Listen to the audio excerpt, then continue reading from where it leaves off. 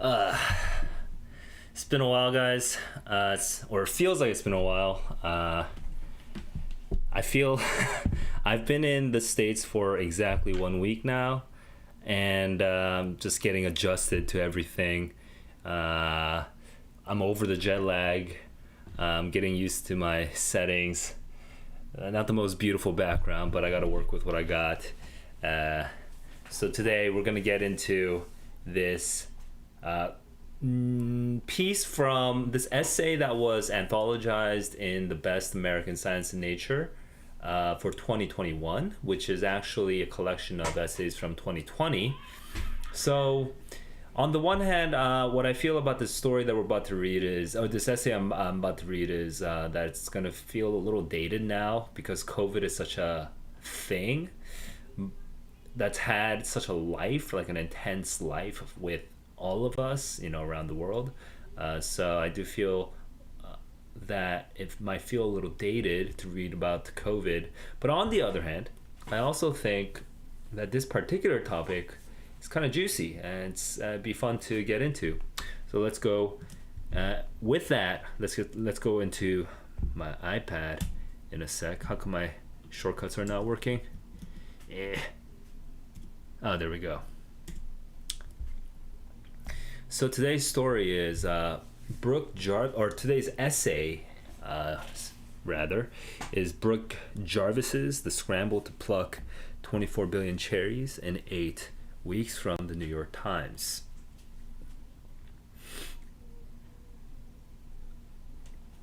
In particular,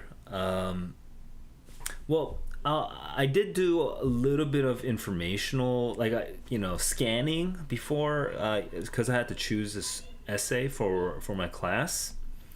But I don't really recall too much other than that the themes are about migrant workers, essential workers, COVID, and I guess potentially the justice of a situation like that. So those are some of the key words that I recall. Right now I'm about to go into the pre-reading with you guys. I feel like this Zoom is a little awkward, so let me fix the Zoom.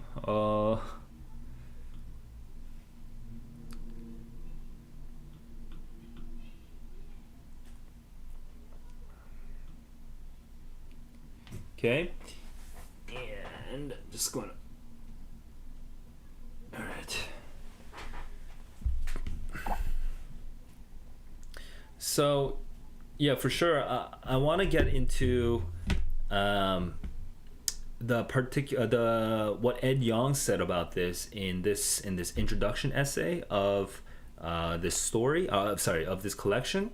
So we'll start here, and what I'm going to do is go online, go through Google basically, and look for kind of clues about this text that might help me enjoy this text a little more. In particular, I'm curious if it had, if it made a splash when it came out in the New York Times, whether people responded to it. Now, this is not going to have reviews because it's not a book. This particular essay is not a book. It's a contemporary essay. So besides this anthology, it won't be collected by any other books or anything like that. So I think I'm primarily going to look at Twitter to see what the reaction was to this essay when it came out. Just by seeing the comments that other people leave, I can get more of a sense of what to expect from this story, from this essay. But let's start with the actual introduction, which is right in front of us, so I'm going to go. The pandemic has shown about the discriminatory care that Black people have long received, which is a different essay by Julia Craven. And then down here, in the next sentence, it says, Ed Yong also says, the pandemic showed that people who are billed as essential are often treated as disposable, which is kind of an interesting and a painful irony, right? If you are essential for our country, does that mean that you are one of the privileged? No, ironically, the more essential you are, maybe the more disposable you are, because you're performing services that people who have the choice not to would prefer not to, wouldn't. Like being frontline, healthcare workers, I think, is one example of this. But maybe just taking the garbage out. I don't know if that's considered essential work here. Like, because I wasn't even in the States when COVID began, when the pandemic began. So I don't know. I know that the response, the governmental response in Korea was so different. And I was not part of the dialogue in Korean about that particular problem. So I actually have a very fuzzy idea of what essential workers are. But yeah, the kinds of things that essential workers are employed to do aren't necessarily kind of the sexy or prestigious things in this world. And they are largely immigrants, and they were compelled to pick 24 billion cherries in 8 weeks. That's such an interesting and very specific image to have. It's kind of crazy to imagine. Taking in agriculture science, immigration politics, and the pandemic itself exposes the invisible. The fragile system that brings food to our fridges is hiding these people. Okay, so science and technology are definitely connected to whom society values and whom it does not. It's kind of a large that's a large claim to make in this one sentence, but it is part of a much out of context. It's a little hard to digest. But this whole overall essay by Ed Young I thought was really good, so I would recommend reading that at some point. Now I could go back to this, but I want to jump to our what do you call it? To Google real quick, and just sort of get a bit of the lay of the land here. How can I mean, I could do the Scramble right here. I could do this, and actually, I just noticed Reddit. That's actually not a bad source. I vaguely recall looking for this on Reddit and not finding anything. Yeah.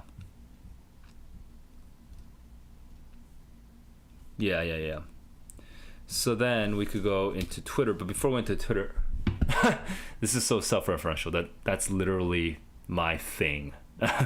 But anyway, oh yeah, I looked at some of these these other articles. So this is the original essay itself from the New York Times. This is Twitter, so I'm gonna open those tabs real quick. Muckrack, I don't know what that is. History link, cherry farming. So this seems like kind of different. So migrant narratives. So it's interesting to see the kinds of places that this is being published in, or at least being referred to in. And besides this, there's a whole podcast about it. Maybe an interview with Brooke Jarvis, maybe. So I think that's good enough for now. Okay, so I'm gonna save Twitter for just a little bit later. This is it's literally it's like a profile. Okay, I'm gonna skip that. Cherry farming in Washington. I vaguely remember looking at this page. I don't remember what I learned from this, so let me do this again. So, history link. Cherry is important to Washington. History about George Washington. The origins. Oh, this is a little it's a little too broad. Okay. Oh, Jarvis is literally only mentioned in the bibliography, this very messy bibliography. So you know what? No, that's not useful. Migrant narratives. Look at this here. Top stories. The global media competition on labor migration winner. So apparently it won a prize of some sort. Okay, but there's no information here. Ooh, there's not a lot. There's not a lot to work with. So this is a Vox long form. Oh, I didn't know long form was done by Vox or acquired by Vox. I had no idea. But okay, this is such a blob of text because this is not even from long form itself. And long form, Brooke, Jarvis, Cherries.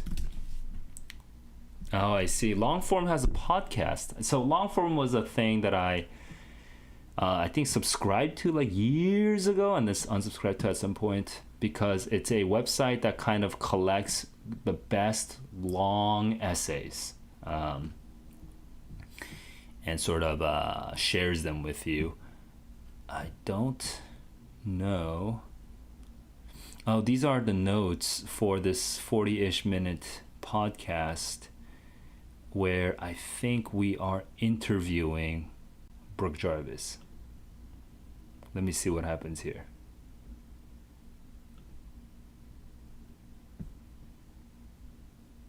Let me jump over to... Oh, whoa.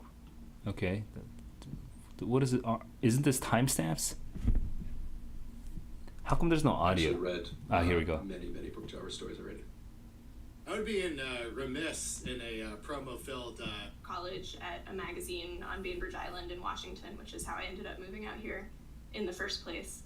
And that internship, it was at a small magazine focused on the environment. And social Okay, this does seem like a interview with Brooke Jarvis, but this is so hard, honestly, just to even get any information. Like, I don't know what I'm even looking for here.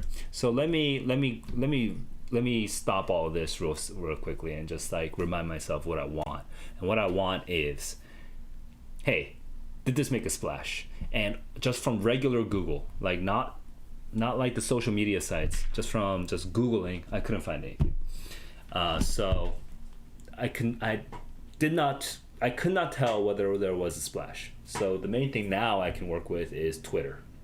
Reddit seems to not have...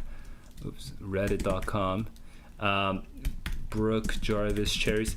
It seems to not have a lot of resources here, but I could try. But this is the actual, it's a news bot with 0 comments and only 1 upvote, so not a lot of information here. And nothing else by Brooke Jarvis over here, so I'm going to skip. So at least we have the New York Times who actually published this, like shared this to their Twitter account. So let's see what happens here. 204 retweets, that's pretty big. 558 likes. I mean, I assume this is not like the biggest that the New York Times gets, but okay. And 17 quote tweets. That might be interesting. Ooh, okay.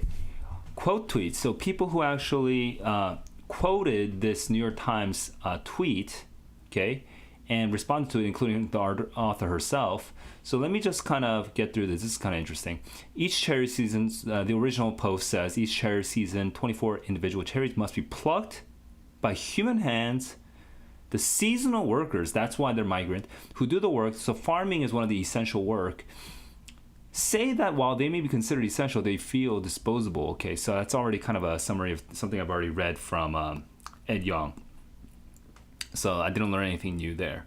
But what I did learn here is that the workers themselves will be doing some of the talking in the essay. But the heat will hit hard. 117 degrees. So that's, what's that in Celsius? That is hot, by the way.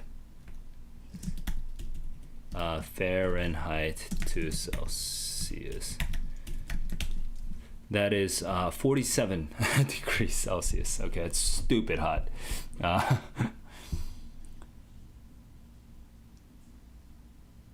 Oof. Okay, so Brooke Jarvis, this is a year later, but yeah, it's just a shout out to it's the sympathies going out to the cherry workers. Okay, the Trump administration has deemed farm workers essential, called the migrants with H-2A visas a national security priority, but moved heaven and earth so that farmers and moved heaven and earth so farmers can keep employing them, but we're not protecting them. So this is a anti-Trump position here, or at least a critical of Trump position here. Does Twitter translate this? No? Okay. I'll move on from that one. An essential long read. Okay. Another article rife for ag issues with Teach Ag. I'm going to skip that. I don't know what that is. Inequality, really got no sustainable solution. Well, ain't that the truth? Inequality. I don't know if that can be solved. Modern day Grace of Wrath. What a great, or at least what an interesting comparison to make. But with more racism and xenophobia. I remember as a high schooler, I read The Grapes of Wrath, and I was moved by it. I don't remember too much about it anymore, but I do remember being moved by it. It was a long and kind of difficult read, but I do remember feeling feelings. Karma of Brown Folk by, this is a name I know, Vijay Prashad. I don't really know, but I know the name. That immigrants and people of color are wanted for our labor, but not for our lives. For people of color in America, we know and feel this.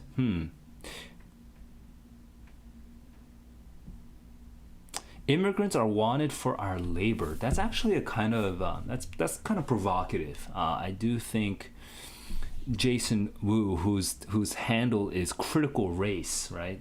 So we would be Jason Wu would be considered on the left side of the spectrum, at least on the social spectrum, political spectrum regarding social issues.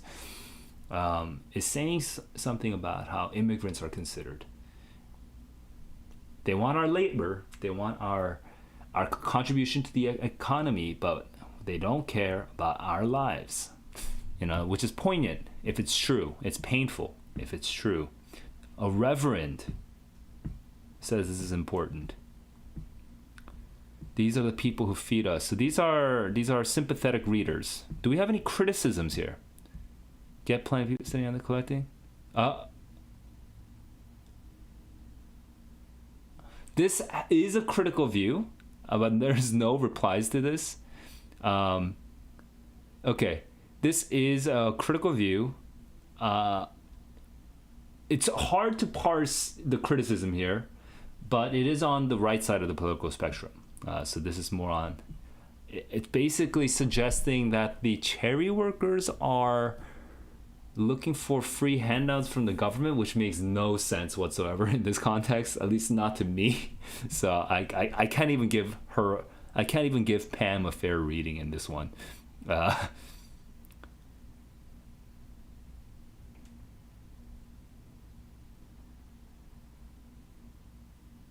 Oh, okay. So this is interesting. A person who makes a poem inspired by the headlines they read. Okay, so that's kind of an interesting. Twitter's lovely for these kinds of things. It's such a diversity of people.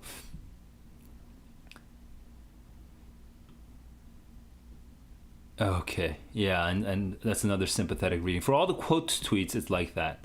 Now let's look at the comments, which I think we're probably going to get more criticisms in the commentary. So this Typos of New York is pretty funny. It's I don't know if it's not a bot. It's a persnickety dude who corrects typos. Okay.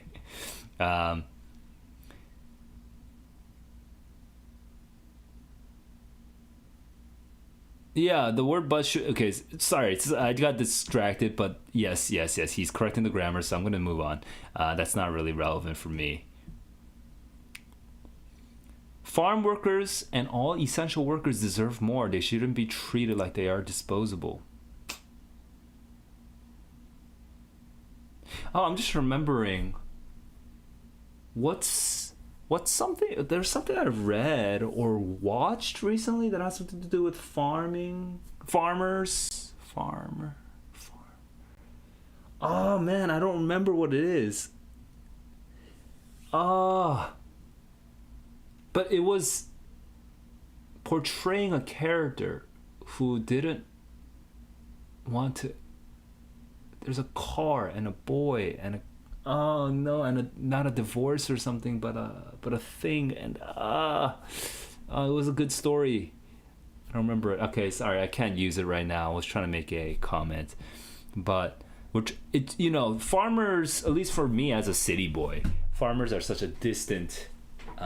They feel so distant to me, and so any essay that humanizes these sort of like figures and makes them real for me and real for readers, I think is it's good work.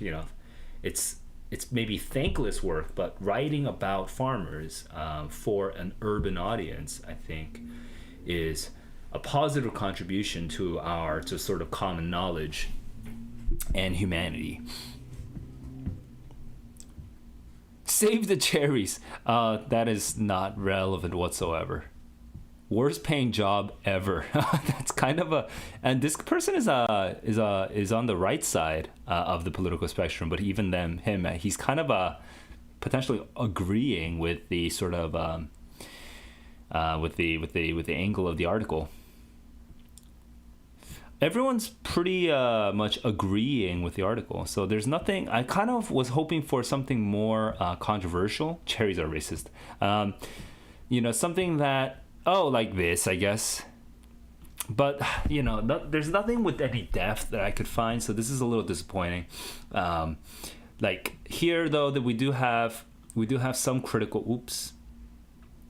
Bold-faced lie. I guess you never heard of a cherry picking machine? You should Google it so you don't look like a horse's ass every time. I guess they just believe that the New York Times, when they say that these are they must be plucked by human hands, this person just straight up does not believe. I don't know what to deal with that.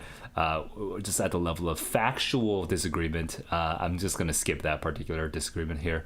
But nobody's forcing them to be a cherry picker. Perhaps they should have chosen a better career path. At least that's an actual argument people could make. So that's a more critical view. It's kind of interesting there. Unfortunately, what I'm realizing by reading through these Twitter comments is that, unfortunately, you don't really get,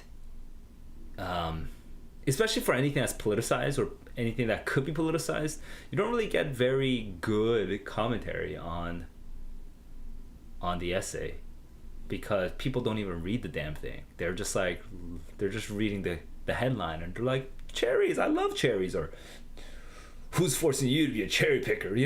They're just saying these sort of boilerplate statements. There's nothing with any depth here. I was hoping for more from Reddit, but we didn't get anything on Reddit. So I guess one last thing I could do is I can do a Brooke, Jarvis, Cherries search.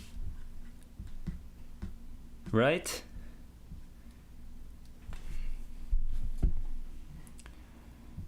Phew.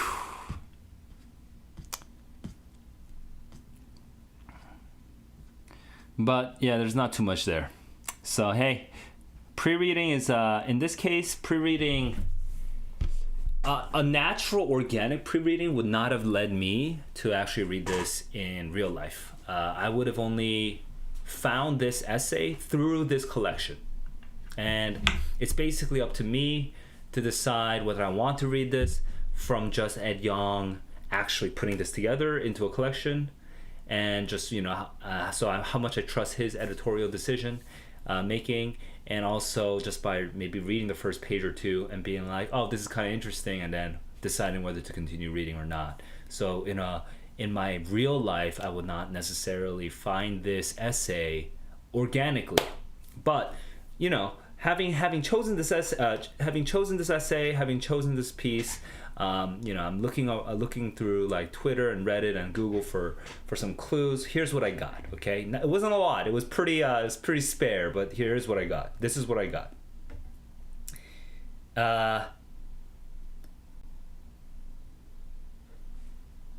It is sympathetic to migrant workers We never used the word illegal immigration yet, so I don't know how that plays into this essay. But we have a sympathetic view of migrant workers who are considered essential workers and therefore are being kind of compelled to work, but the government isn't protecting them so on the one hand, the government is apparently compelling them to work. I don't know how that works out in detail. I don't really know how the government can force you to work. You're probably going to work somewhat by your own choice because you want the wages, okay? But apparently these essential workers are being permitted, at least, and potentially compelled to work, but they're not being protected by the government, okay? At least that's the most common kind of reading of these other people. Now, no one has given a sort of strong conservative standpoint with an actual intellectually, sound argument for maybe the flip side, which is that, if you look into the details, maybe these migrant workers have some agency to choose whether or not to do this job. And it's just a gruesome, brutal job. It's a brutal job, but if they made that choice, we should respect that choice. That's at least one argument for being potentially less sympathetic, I guess, and creating and seeing this issue as less of a problem. But this is just a general framing that I'm just sort of making up right now. I don't even know what the actual issue is. So I think that basically makes it time for us to get into the reading itself. All right, and so here we go. What I'm doing right now is I'm just going to look for moments of humanity so that I can kind of connect to the reality of people's struggle. And yet, at the same time, I want to be able to be at least, not necessarily critical, but aware enough, right, of the potential political issues that might be arising so that I could engage with this in maybe also an intellectually cool way as well. Emotionally hot, but intellectually cool. So I want to see if I can have that balance as I read this. Let's go. By the way, first comment, 24 billion cherries, 8 weeks, crazy situation.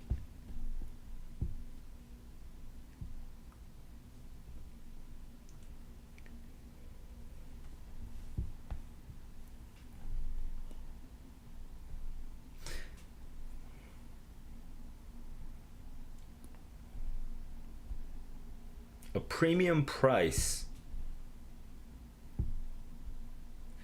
Okay, so it's interesting we're starting with an expensive cherry.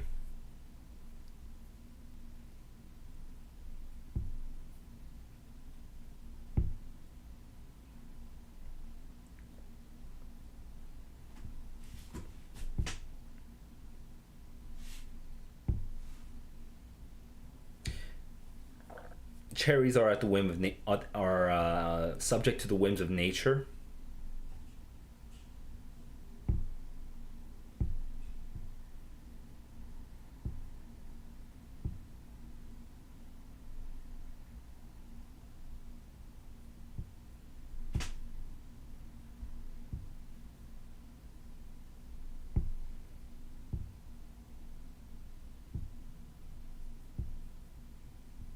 Wind marks, I see.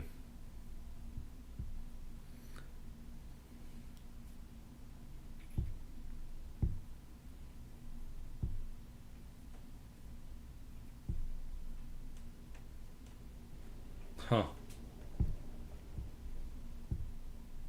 Cherries are a pretty, just to use that earlier word, persnickety, man. Persnickety cherries. They're hard to deliver, huh?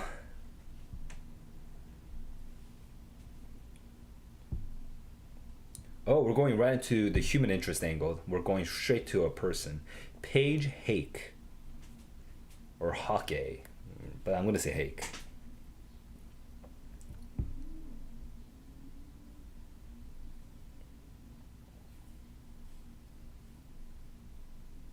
Lambent. Oh, that's a word I've seen and not really known. The magical lambent light, glowing. Okay, it's kind of a cool word.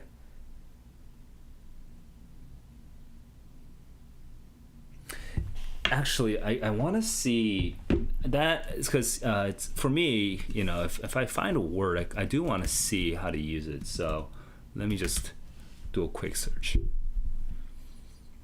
Playing lightly on or over a surface. That's such an interesting definition. Okay. Lightness, brilliant. So it's not so much glowing as much as light and lambent and flame. So it's apparently, it tends to be with flames, licking flames, like flickering flames. Alexander Pope, the poet, used it in his poem Shone sweetly lambent with celestial day. Okay, a lambent sunlight, lambent wit. So it has to be a little light. Okay, interesting. I want to see examples. So recent examples on the web. Oh, right. The lambent base. Lambent beauty. The objects are lambent with significance. Okay, it's kind of like glowing. It's kind of like glowing, but it's like a flickering light glow. So that's a nice and beautiful word. All right, here we go. Right back to, oh geez, wrong button, but should be right. Yeah.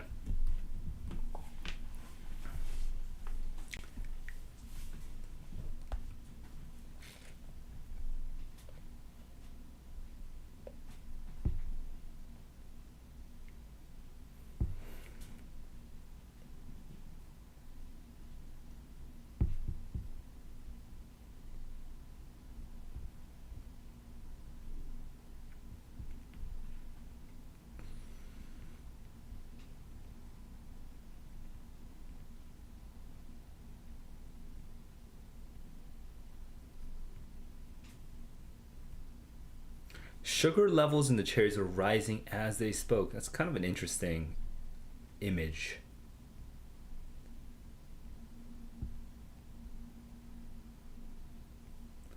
It was probably now or never.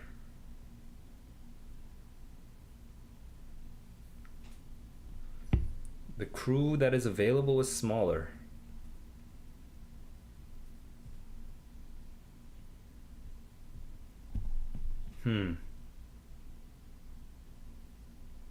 Whole Foods, by the way, being kind of a premium, less premium than in the past, but being a premium grocery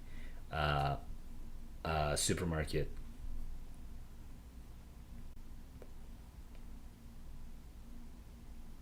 Would you buy these cherries? Karen Lewis is our next character. We have Hake and Karen Lewis.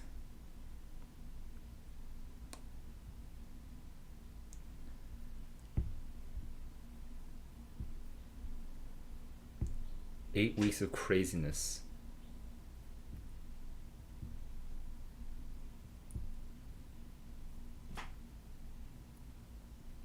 As many as 24 billion cherries. Hang on. Now I just forgot the actual number. Yo, okay, I see. That's where we got the number. 8 weeks of craziness.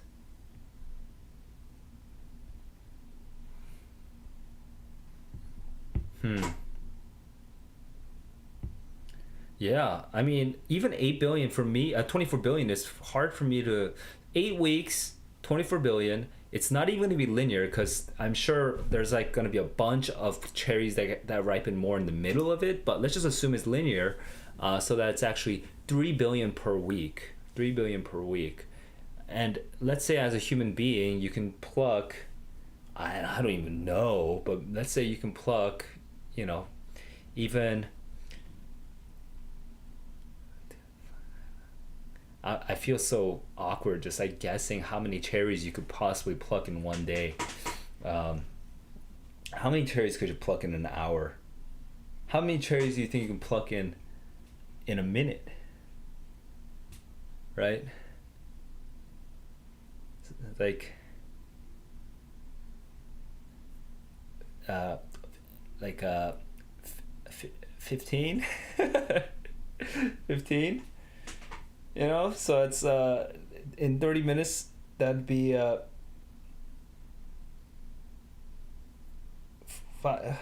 so 15 a minute, 30 minutes, 450. So an hour, 900 an hour, round down, 800 an hour, maybe 8 hours of just manual labor. Oh, that's painful, but 800 an hour, 6,400. Let's just round down to 6,000 per person, and to get 8 billion, 3 billion. So 3 billion divided by 6,000, you would need 500,000 people.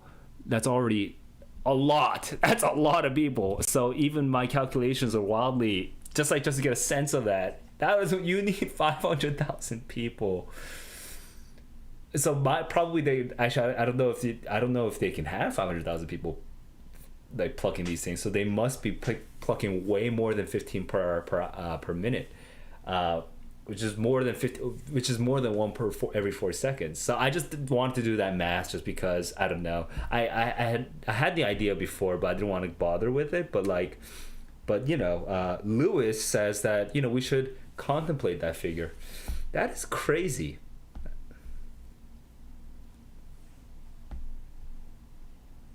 Highly skilled workers.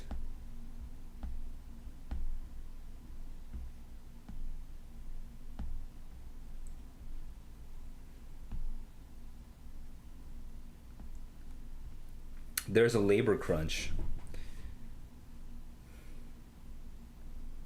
Picking by dawn every day. And they're also watching for rattlesnakes.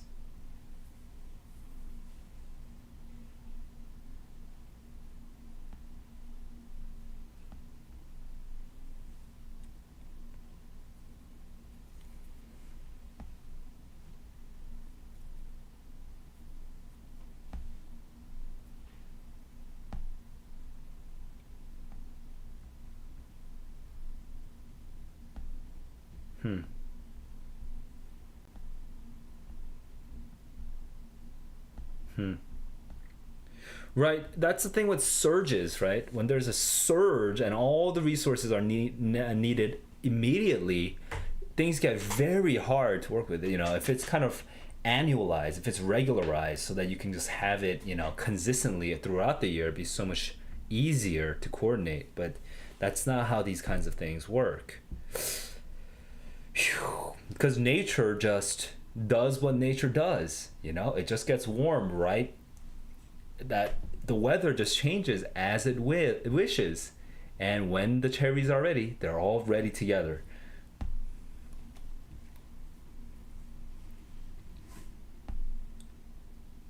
It needs workers.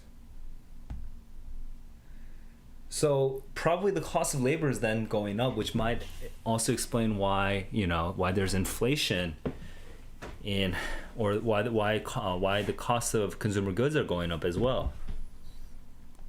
Oh, and we go into the illegal immigration issue. They are often immigrants without legal permission to work. And these immigrants are getting older, poorly paid, physically damaging, and exploitative.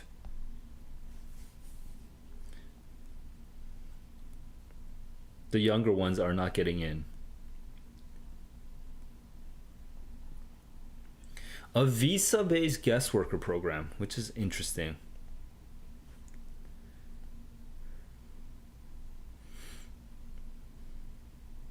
Who? So Knutson, who's Knutson again?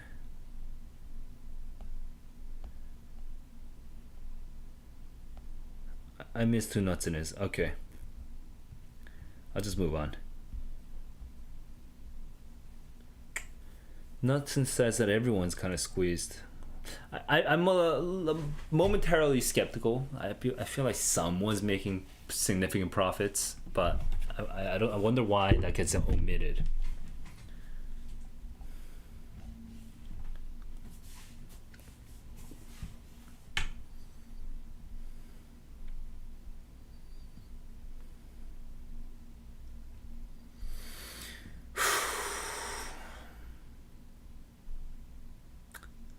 suicide prevention. So this is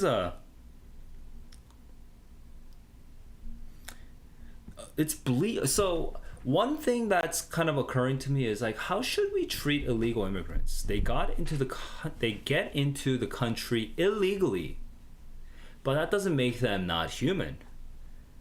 You should be humane to human beings. You should be humane. So, and there's a sort of dirty secret, which is that these industries rely on cheap labor. So, which is like a weird modern form of slavery if I think about it. But I bet if I were a farm owner in America, I wouldn't be against the immigration. I would want more immigration because I'd want to be able to have labor for cheap, so that I could continue to sell at the price that I'm selling to the retailers, right? So if I'm a farmer trying to sell to like Whole Foods, and Whole Foods is only trying to pay me X amount of money, as a farmer, maybe I am also wealthy. I don't know how wealthy a farmer can really be. I don't know anything about that, but I'm sure it's pretty precarious. Like there might be certain years where I make a lot of money, some years I don't, or maybe I'm not a successful farmer yet. It might be extremely painful to on the road towards profitability as a farm. Paying, I want to be able to pay, if there are people willing. I want to be able to pay the lowest denominator, right, for the actual labor of farming.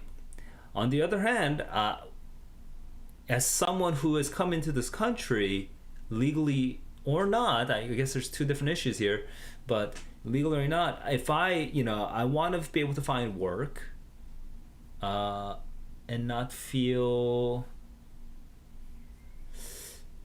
that's tricky. That's tricky. But as a human being, I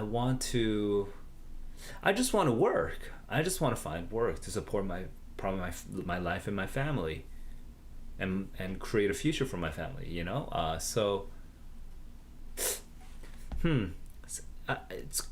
Illegal immigration is not something I've thought about in a while. So I'm kind of struggling to articulate, but I'm just thinking about it. I'm trying to be honest about it. That's just what's on my mind. I'm gonna keep going and see what happens. Okay.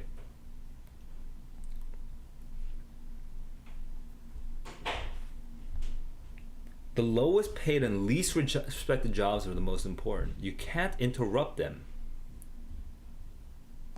Right, you can stop the restaurants, the concerts, but you can't stop the farming. Now, in 2022, now we know that basically it is airborne transmission, and being outdoors, it's really hard to catch coronavirus. So, we know that in retrospect, but at this time, I guess when they were publishing this, they didn't really know that. So it must have seemed a little unfair to treat the essential workers in a potentially unsafe way, or what seemed at that time to be a very unsafe practice.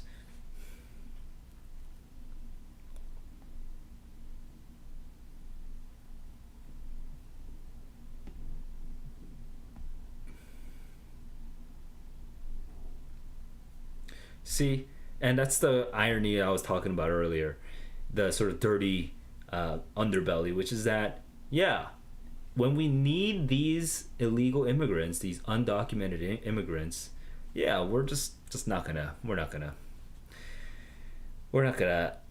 ICE, okay, Immigration and Customs Enforcement, which has a very terrible reputation among people who care. ICE stops arresting people for being undocumented because we need them as a national priority. This is probably the irony that really drives this piece, actually. This is probably the center of it. It's like, hey, when you need them, you kind of like let go, even though they're going through these brutal conditions throughout their whole lives in the States. But then when you no longer need them, you're going to go back to kicking them out of the country. It's kind of like it doesn't sit right with me to think that way. You know, that our society is doing that.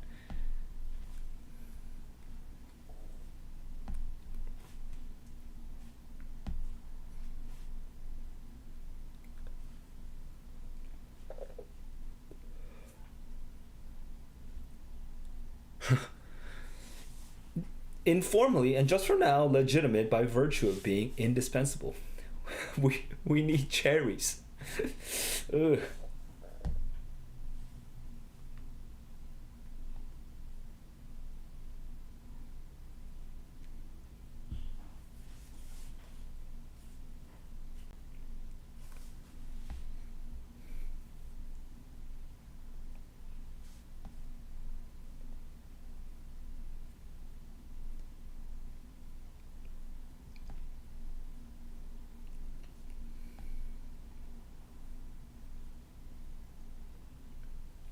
Wow, what a crazy... this is such a crazy thing that I never known. But Alabama cracks down on illegal immigration, and one of the results of this is that the crops start spoiling. And so this, this does make... Reading this does make me feel extremely skeptical of the sort of the moral the sort of moral positions that you hear on the right. They're not here legally, so they should be kicked out, right? Something like that. And at the same time, the people who actually work in the industry kind of want the illegal immigrants. That doesn't sit right. That doesn't sit right with me.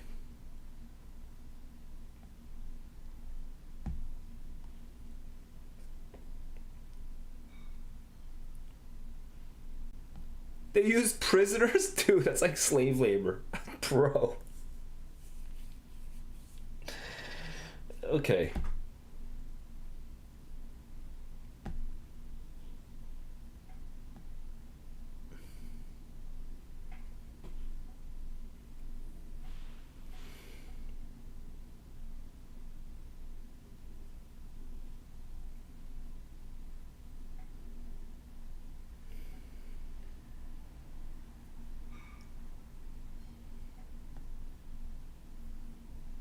Hmm.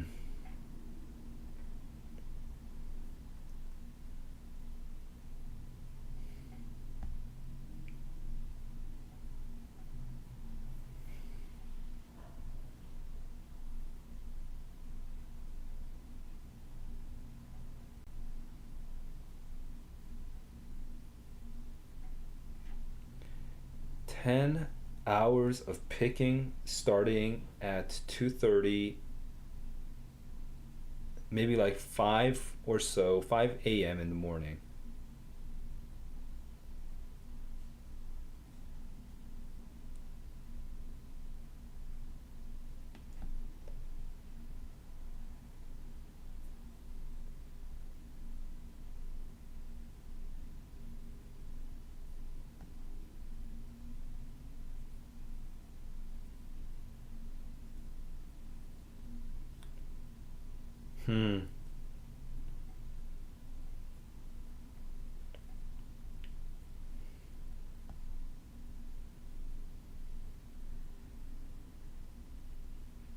They were worried about getting sick, but they don't get stimulus checks or unemployment benefits because they're illegal. So okay, now I get it. I get the heart of this essay.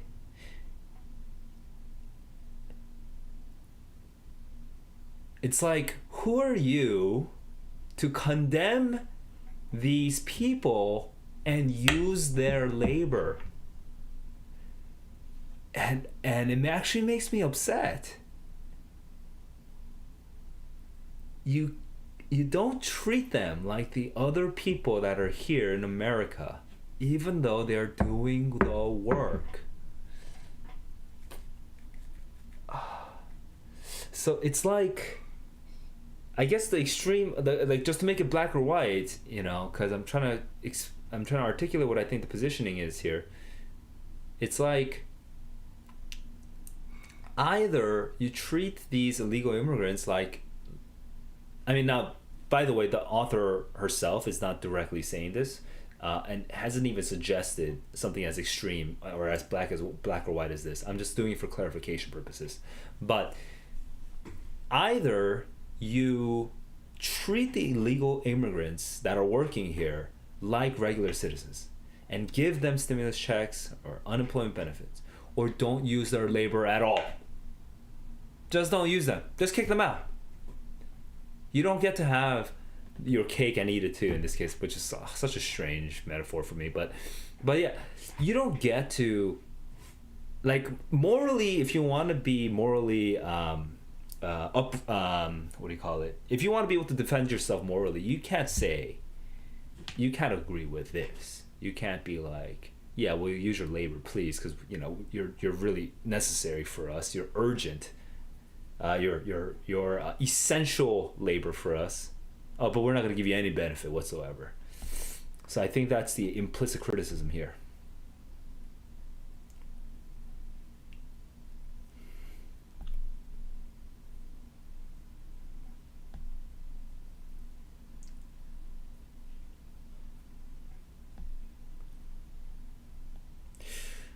Meat packing plants, which are not like, it's not like cherry picking because it's probably a closed environment. And then the packing of the fruit, also probably a closed environment. Also March, I think we're in March. March is still kind of cold.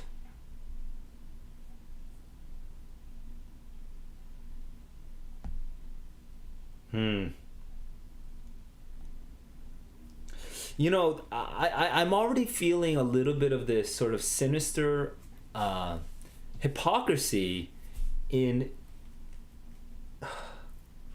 this situation. The thing is, that's hard to pinpoint the agency. It's like the government, right, prohibits the plants from closing, but the government doesn't force the plants to use illegal immigrants' labor. But the plants use illegal immigrant labor, like migrant labor. And the police don't crack down on them, even though the police probably already know. So whose fault is it? Can you blame any one person? The police are not cracking down on it because the government doesn't. The local governments, the local economy would suffer. So the local government would definitely not want that. And then the plants, or the factories or the farms, of course, are going to choose the cheapest labor available, especially if they're not getting punished for it directly. So I guess what it is it's sort of hypocrisy in the public messaging around illegal immigration. There's no easy solution to this because it's not even clear whose fault it is. But anyway, I do feel uncomfortable just thinking about it. David Cruz, this person dies, the virus, people don't have protections.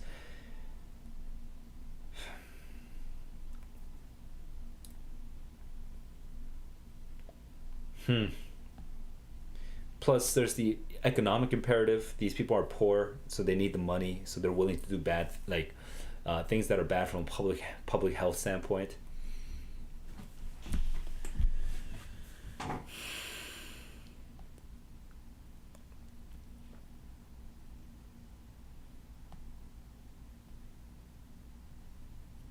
Injured.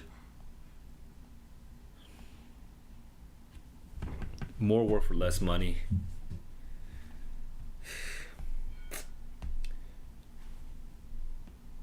Yo, man, it's weird. It's a little strange. I mean, it's a little, because these people don't get job security whatsoever. So if the restaurant industry is not doing well, they gotta move. if the construction industry is not doing well, they gotta move. They're transient, and not like they want to be transient, but it's just, that, like, can they get a degree? Do they even have opportunities, to make a proper life here? Again, you could do the hard position, just kick them out. In which case, you have to blame the police and the factory owners. You have to blame and the politicians for all turning a blind eye. In which case, you have to blame your own neighbors. You can't just blame the left. You have to actually blame everyone who's allowing this to go on hypocritically. So that is a morally tenable position, but you have to be consistent with it.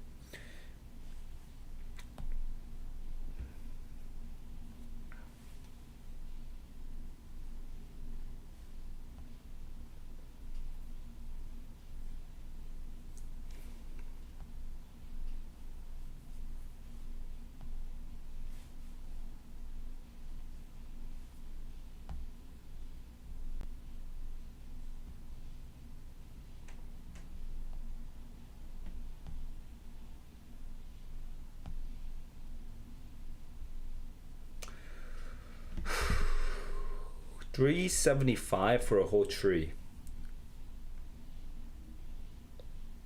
Oh no, for a whole bucket, which might be multiple trees.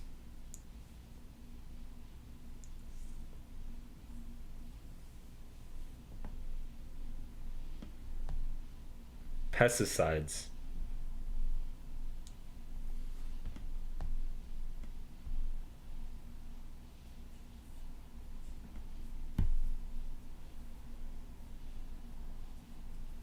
$20 an hour when it's good. So how are they actually using their money?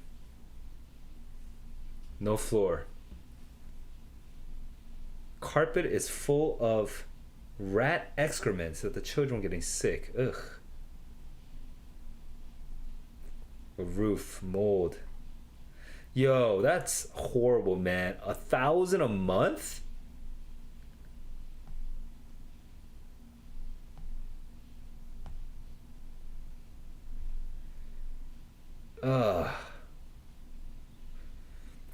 See, and that's actually a horrible look at this.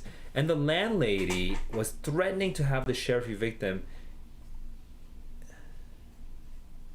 See, people who, if it's that terrible condition, you're charging $1,000 a month out in the farms. It's only because you have leverage over them. It's that. Oh my God. This makes me angry. Because as a landlady, you are choosing to rent out this property, this horrible property, okay? Now, obviously, there could be totally different side to the story, but I'm going to just trust the writer here. But you're choosing to rent out this horrible property for $1,000 a month in a rural area of Washington, which I think is it's common sense says it's stupid expensive. And the only reason you can charge that much is you know why? It's because the tenant, is an illegal immigrant or is an undocumented immigrant. So that they need you. So you can charge a lot of money because you don't have the documents. And even then, even if you are getting even if you as a landlady are getting $1,000 a month, which probably for the property that might be that a normal citizen might only pay $300 a month for. Even if you're making a $700 extra a month for every single one of these properties, you can always just threaten them. You can just be a bitch, be like, "Hey, you make me unhappy, I will call the sheriff on you." What a horrible...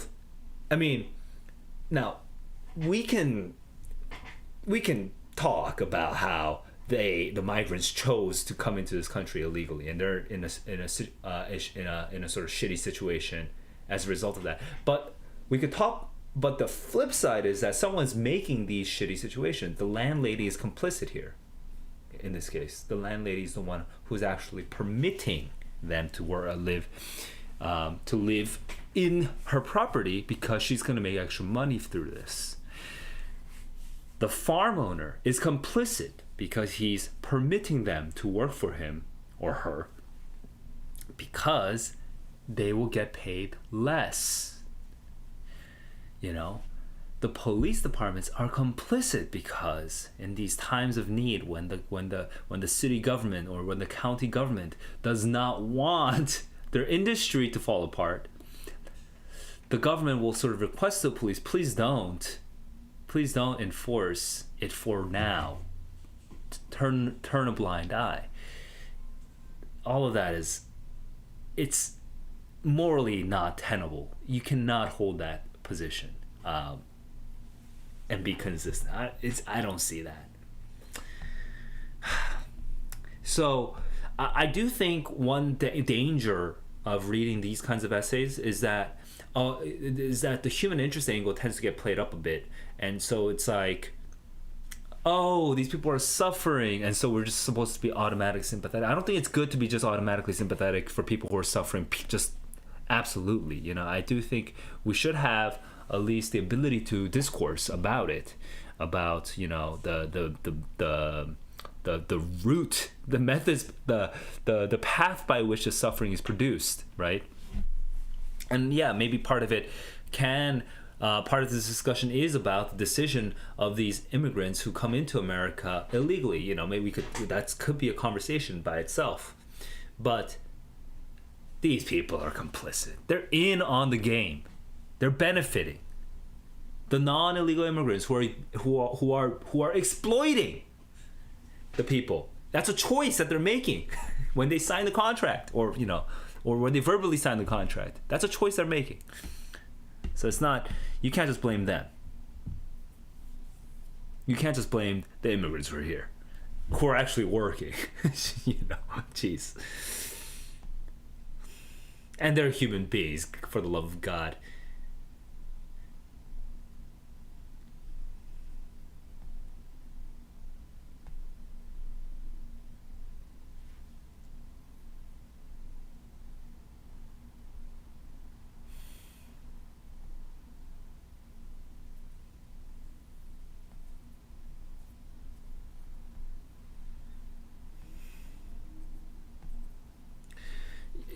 Because this labor would cost so much. If you had regular American citizens who had other opportunities because they're not illegal, so they can actually do other things.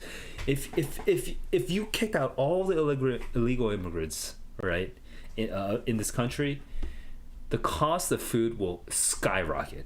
I guarantee you that, because this kind of work of stinking all year because of cutting onions and stuff like that, this kind of work costs a lot. It costs a lot. People are not going to do that for free or for cheap.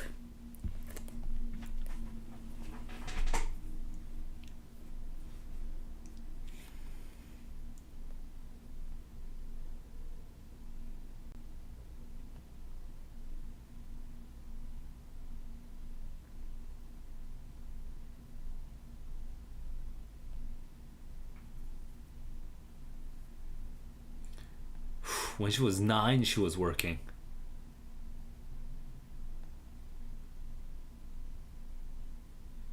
You know, this reminds me of a movie I watched recently, which is Coda, Child of Deaf Adults, on Apple TV. Great movie. I'm not going to get into it, but a daughter of fishermen, daughter in a fisherman's family.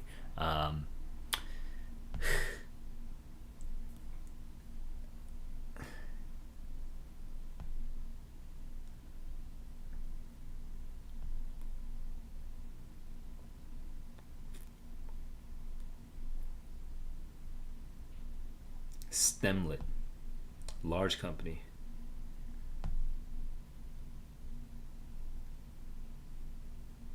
Unpicked and vulnerable. Huh? What?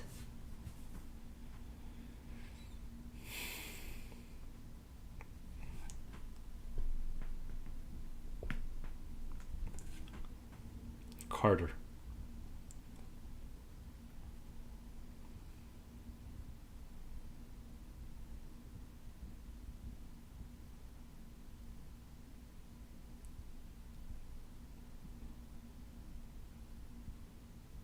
Temporary visas.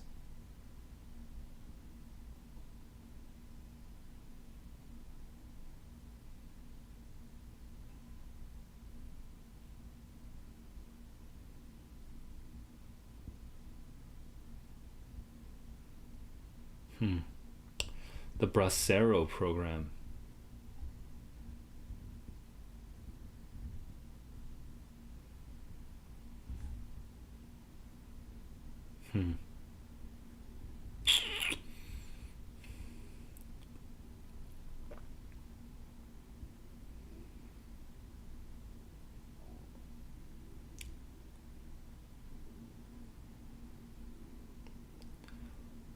Ooh.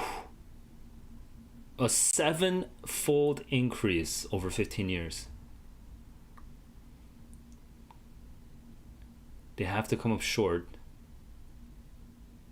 Housing, transport, and a minimum wage. Oh, so it's good that they get minimum wage. Oh, to local. Oh, interesting. It is expensive.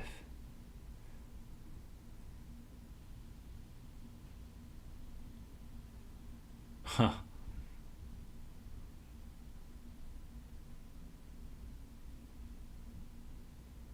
A farmer's whole destiny is in his ability to get a whole bunch of people. You know, this reminds me of something I read about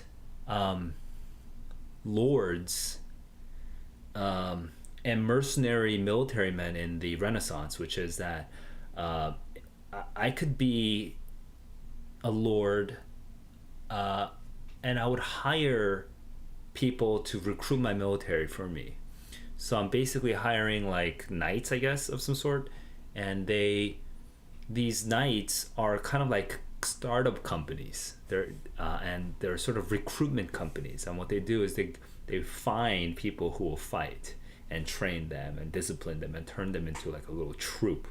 And they go around selling their services to these lords. So I didn't know, but a farmer is like that. It's like a knight who is working for the lord, which is the I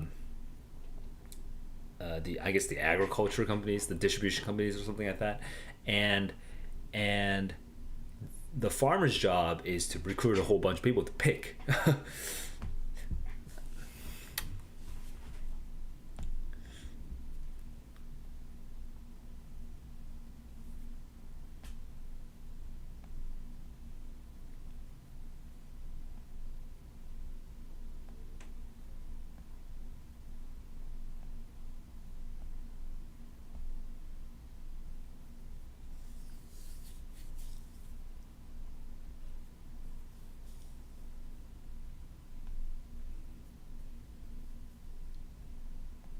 I'm like zoning out, so let me just find where I am.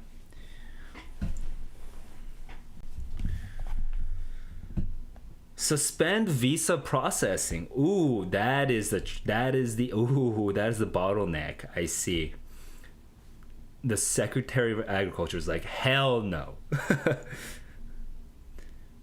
National security priority. So the State Department of the United States at the federal level was like, no, this is a priority.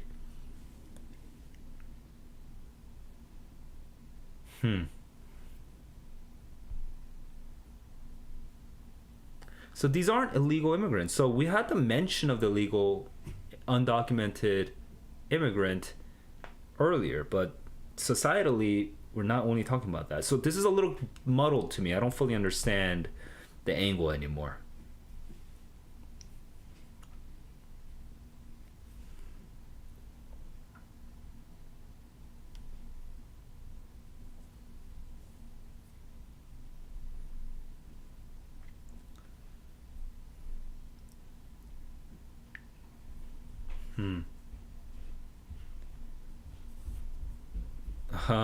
Of course, because the employers are going to give very cramped housing. Tents. Oh my god. They've been given Dude, tents? But okay. If Oregon bans bunk beds, some farms could lose half of their workforce. Wow, just you. Oh my God, the bureau. I remember the criticism of Korean regulations on social distancing, but God, this is just so crazy. You can, yeah, you're a farmer, and yeah, you're gonna hire these migrant workers. You're allowed to keep them in groups of 15.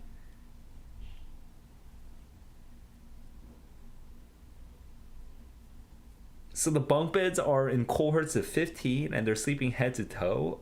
Dude, that's just meaningless. Yo.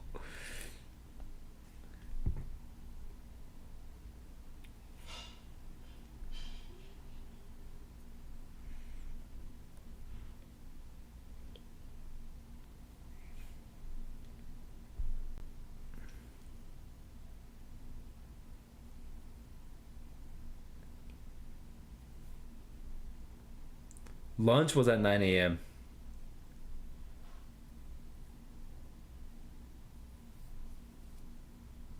Only seeing his family for one part of the year. Only for part of the year, sorry.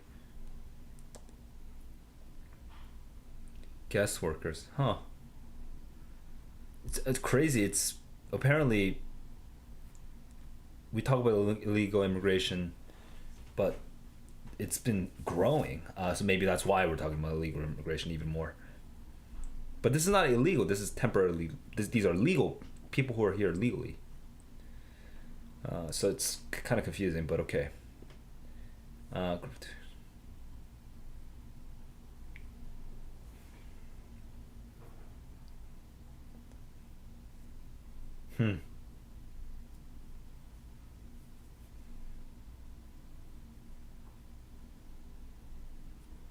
Okay, H2A is a good step. Yeah, which makes some sense.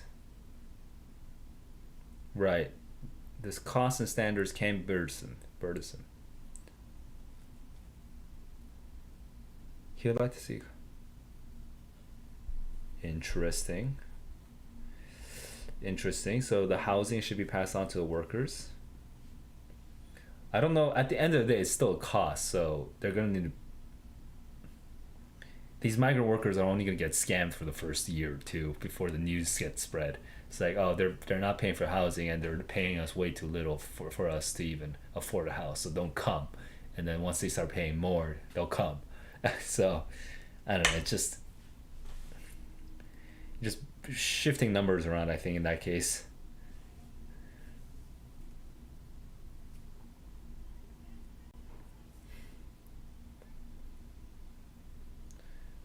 But other people call it indentured servitude. It's interesting.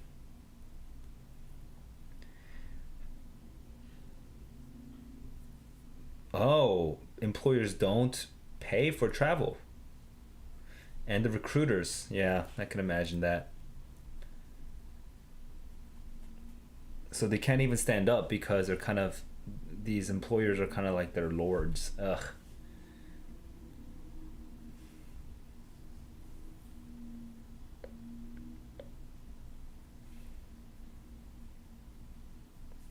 Fired and deported.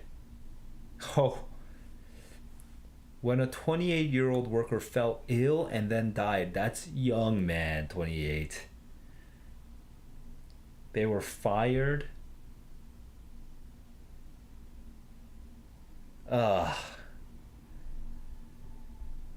on. Let me tease this out here. If you want to be able to have like some sort of integrity while talking about this, in this case, we're not even talking about illegal immigrants. We're talking about legal immigrants. On the one hand, you want the business people to do business. You know, you want them to contribute to American industry. That's a good thing.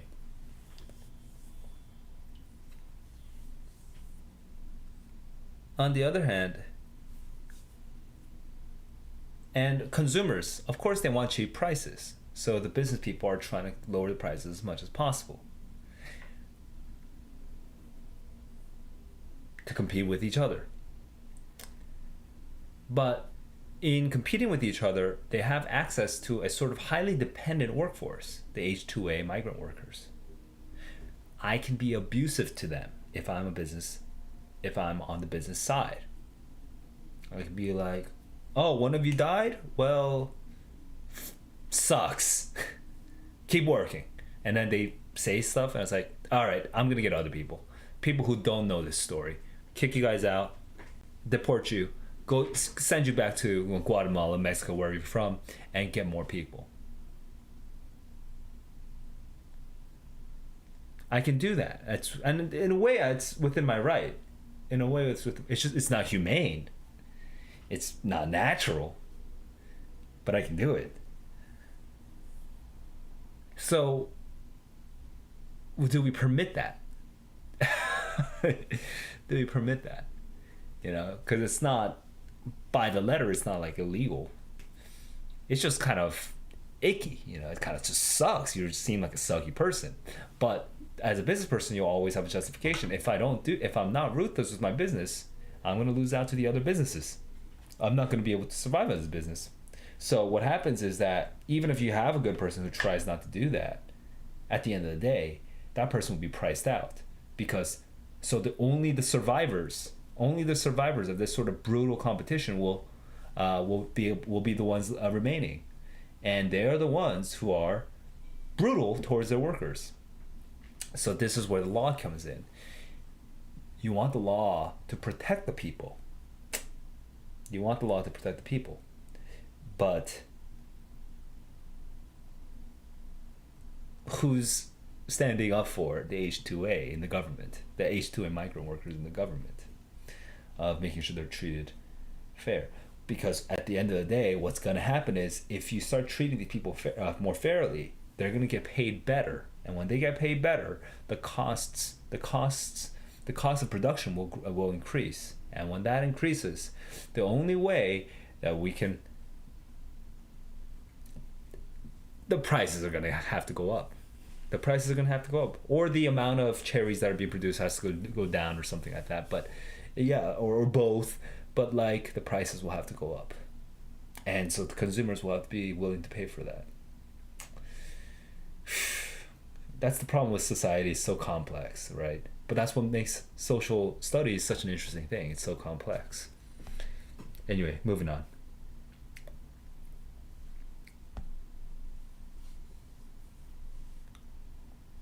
Hero pay to farmers and ranchers. A pay cut for H-2A. That is kind of crazy.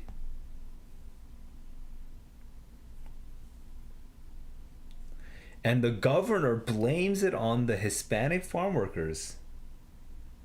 Wow, oh my God, that is a little painful. That's painful. Why do, this actually upsets me because I would hear my mom say similar things, because this is the kind of stuff that she hears in the news.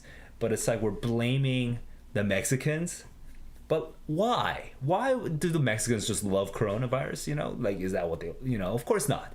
So why is it that it's transmitting in that community? You want to have an intellectually curious and open-minded approach to this, and you blame them on the people like it's their particular pathology, like it's their fault, but why? If you're a governor of a state, please just ask yourself why.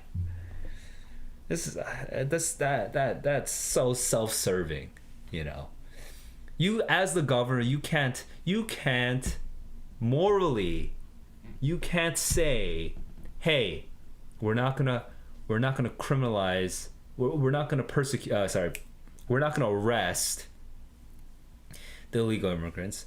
We're gonna get as many H-2A visa migrants as possible, and then start blaming them for coronavirus, for COVID spreading. When the conditions that they live in this economy where it's unregulated, where you're not enforcing, where where it's guaranteed that only the most brutal employers are the ones that are actually still alive and selling. You can't just blame them.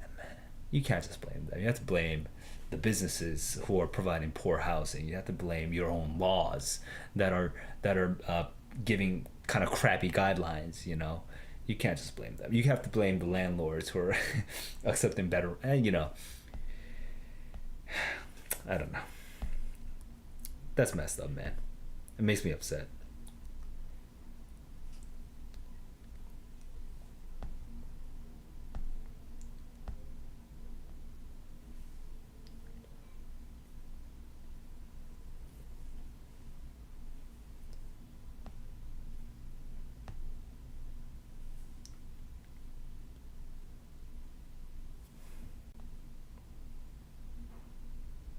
Hang on, I'm zooming through, but that's mainly because I was kind of distracted. I wasn't absorbed.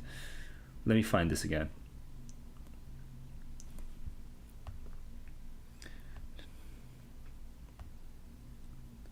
Okay, so it's not spreading. So I thought farms were safe, but they're not, because it's not because of the farms, it's the housing conditions. Yeah, it's horrible, man.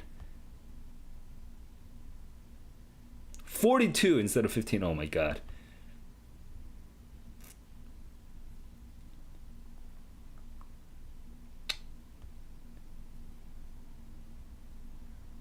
Two deaths.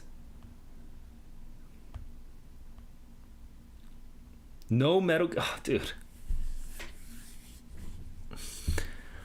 Oh, that's miserable. I mean, on the one hand, it's hard to blame the farm for not being able to do more. On the other hand, dude, like, that the farm is trying to cut costs and they don't really value the life of these people. That, like, it's so easy to imagine that the business person is not like being as urgent about it, because it's not really like the son of a friend. It's a migrant worker. Of course it's tough, you can justify it, and like getting that person some hospital care. No, you're just seeing them as labor. Yeah, that's hogs and pigs. That's probably what it feels like.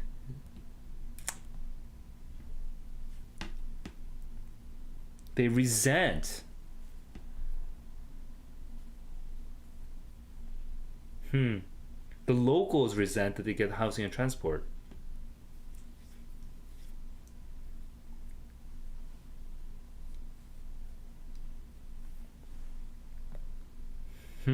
Interesting.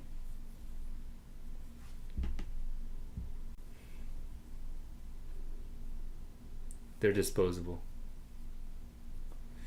Oh man, this is it's getting painful, man.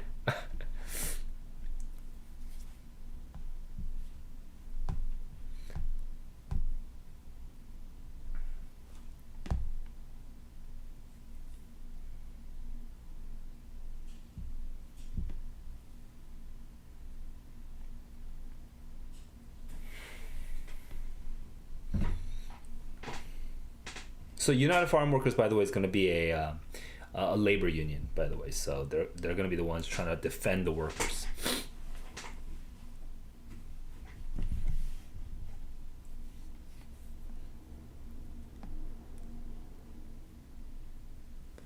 Huh. Fewer than 2% are unionized.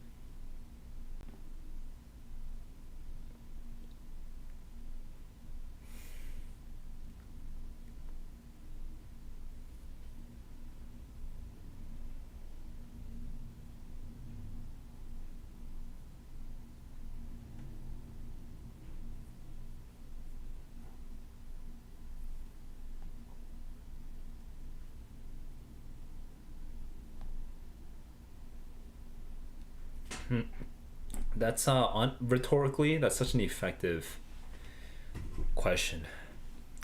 He's asking everyone to hold a strawberry. He gives them strawberries, asks them to hold them. Did that person have the ability to even access the bathroom? That's a good question.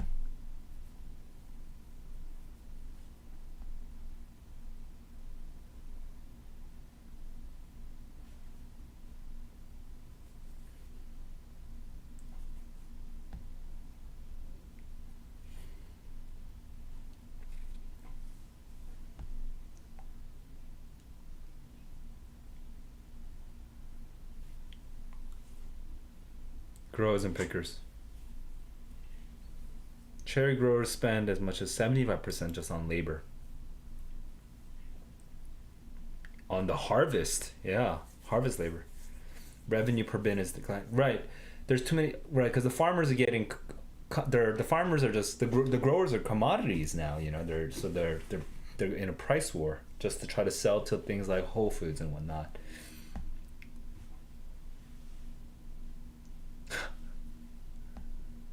But pickers too are losing. So no one's really making a lot of money apparently, except maybe some of the big. Man, this something. I feel like there must be some industrial innovation that could solve some of these problems, you know. But I'm not an industrialist, at least not in this area whatsoever. So I don't know.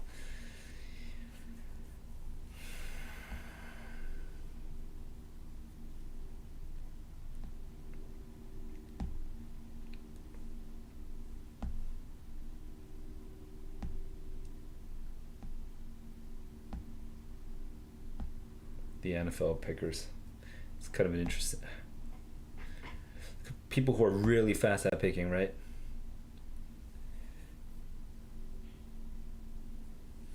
Oh. Growers can't set prices? Shocking. I had no idea. But is this a legal thing, or I don't understand? Is it just because they're commodities, so they just have to succumb to the prices that are being offered by, like, you know, like Whole Foods or whatever, or they just don't have it?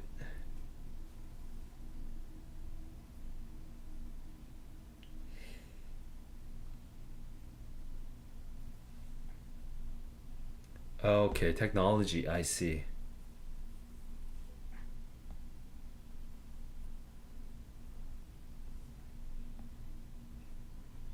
This is a whole different issue though, which I don't think is necessarily a problem. It's not necessarily a problem that, like, this is actually literally that industrial innovation I was just talking about, or potentially that industrial innovation that I was just talking about.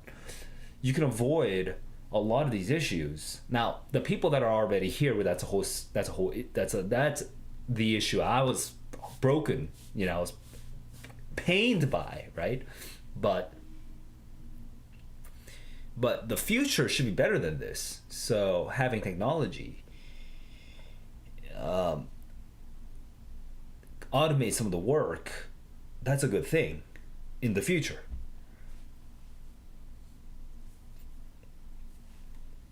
Now, that will affect rural communities. But I don't think the solution is to use bad technology and to continue with the inefficiencies, you know, and to save the rural communities. We just have to accept that the rural communities. Okay, I don't want to say we just have to accept. That's a little insensitive, and there's maybe a lot of things I don't know. So I don't want to make that judgment, but maybe it would be better to just accept that the communities will be hollowed out at some point. So what's the best way to transition?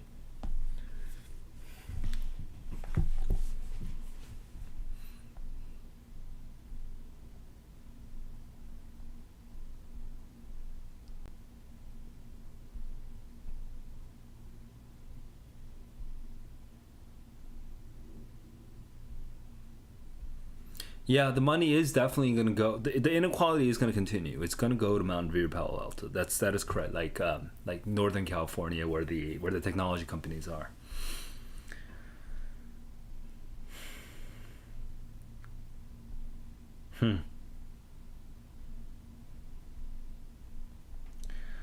Right.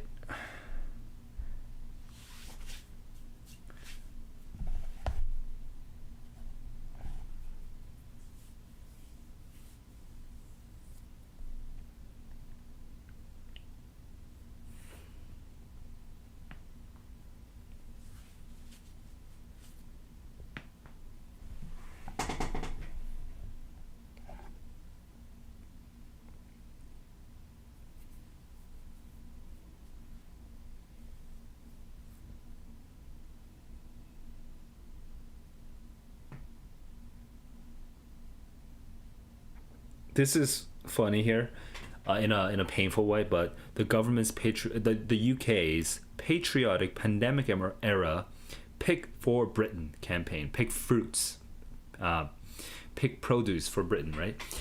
It failed, which led to airlifts, as in allowing immigrants to come in and do the labor. No one wants to do this unless you pay them a lot more, because that's what a normal price. There's a market price for this. It's painful, tough work. There's a market price for this.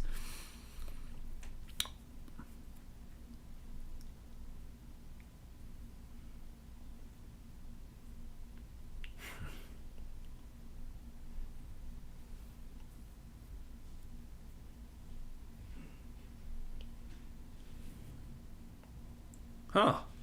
It's interesting. If this math is correct, that's very interesting. It would only cost $21 per year per person, per household, not per person. So even cheaper per person. Per household, it would only cost $21 a year to bring the wages of farm workers 40% up. That sounds like a lot.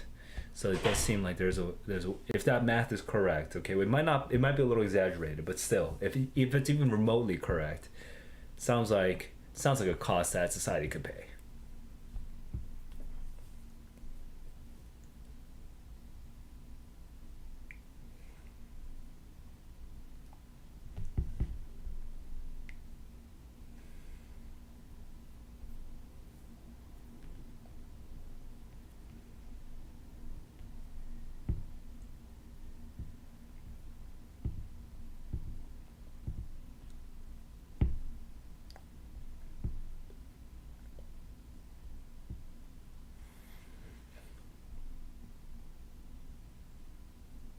Hmm.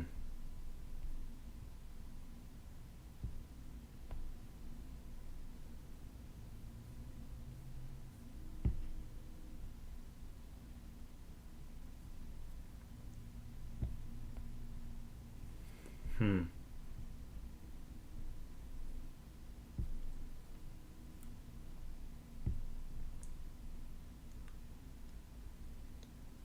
And still the fruit was relentless. Every day, carried their ladders. The fruit of the labor was stacked into refrigerated trucks and sped away.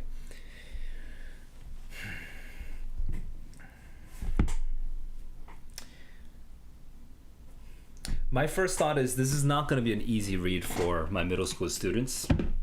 So that's distracting me a little bit. But let's see what I can say about this piece.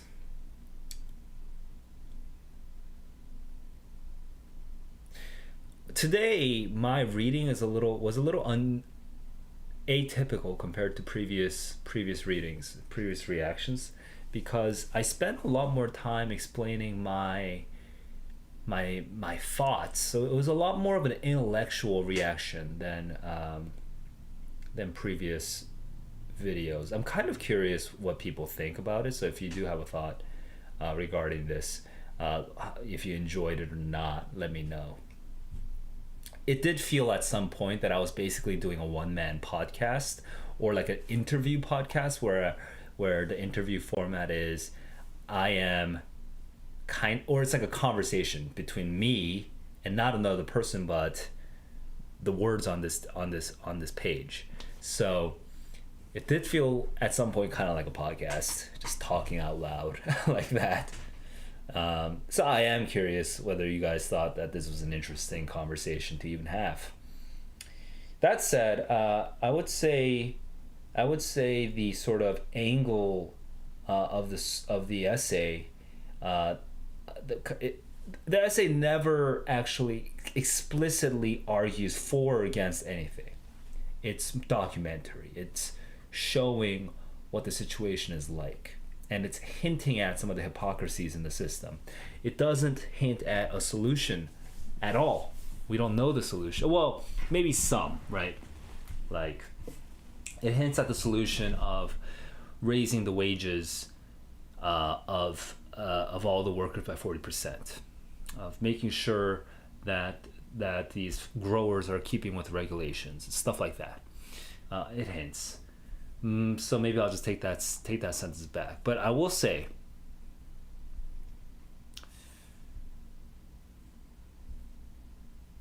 my sort of takeaway is that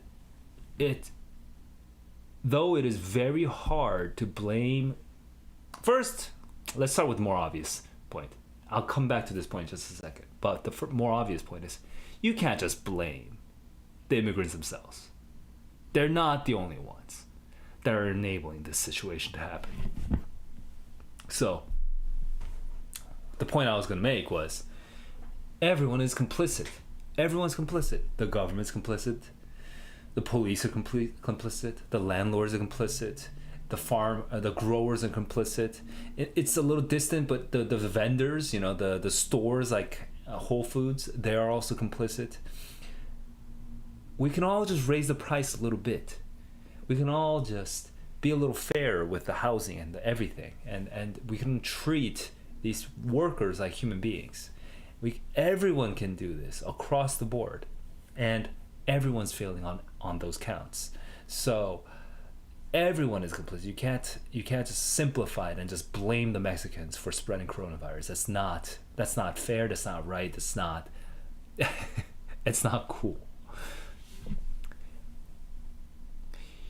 And so the appreciation, what I'm coming to appreciate through this essay is just how, because I've never thought about this particular issue in detail, but just being able to like see the human angle on this and just sort of imagine the situation at the ground level, it's just giving me a lot of clarity on how complex this issue is, and the ways in which the system feeds into itself. And so you need to have a more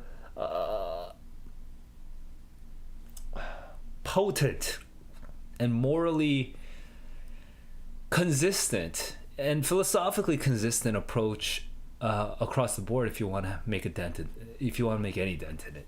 At least that's sort of my takeaway.